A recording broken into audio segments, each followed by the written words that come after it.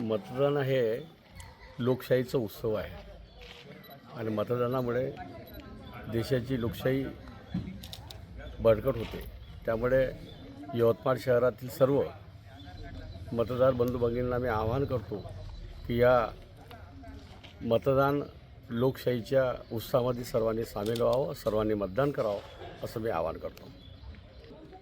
यवतमाळ शहराचे मतदार बंधू भगिनींना माहीत आहे का शहराच्या विकासासाठी, शहराची दृष्टी, व्हिजन आणि मिशनसाठी कोणाला निवडून द्यायचं शहरातल्या मतदार बंधू आणि भगिनींना निर्णय घेतलेला आहे. अधिकाधिक मतदान करून लोकशाहीच्या उत्सवामध्ये सहभागी व्हावं, जल्लोष करावं असं आवाहन करतो. आज मतदान आहे आणि मतदान हा लोकशाहीचा उत्सव आहे. तर सर्वांना आवाहन करते की आज मतदान करा आणि राईट टू वोट्स जे सर्वांना कॉन्स्टिट्युशनल राईट आहे हे सर्वांनी यूज करावं. आज नाही ते विरोधी पक्ष आहे आणि एक ऑपोजिट पार्टी असणं गरजेचं आहे इलेक्शनमध्ये. तर त्यांना ऑल द बेस्ट म्हणते आणि पुढल्या काळासाठी आम्ही सोबत काम करू अशी शुभेच्छा देते. विजय माझाच होईल असं मला आत्मविश्वास आहे.